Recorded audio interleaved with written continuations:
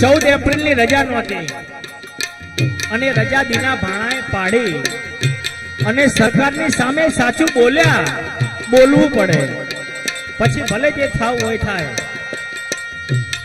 અને ત્યારે આ કાંસીરામ સાહેબને ખબર નહીં કે અછૂતપણું શું છે, ઊંચ નીચ ભેદભાવ શું છે. ત્યારે આ ગીત શું કહે છે? ભેદભાવથી જેદી પર હતો તેદી કામ કરનારો હતો.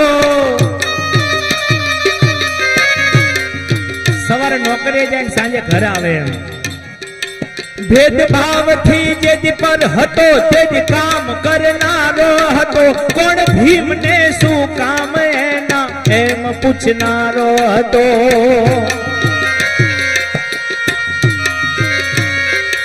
સઘળા સવાલોના ભાગ રૂપે કિતાબ લેનારો હતો. જાતિ વિચ્છેદ ભીમનું લખાણ વાંચનારો હતો.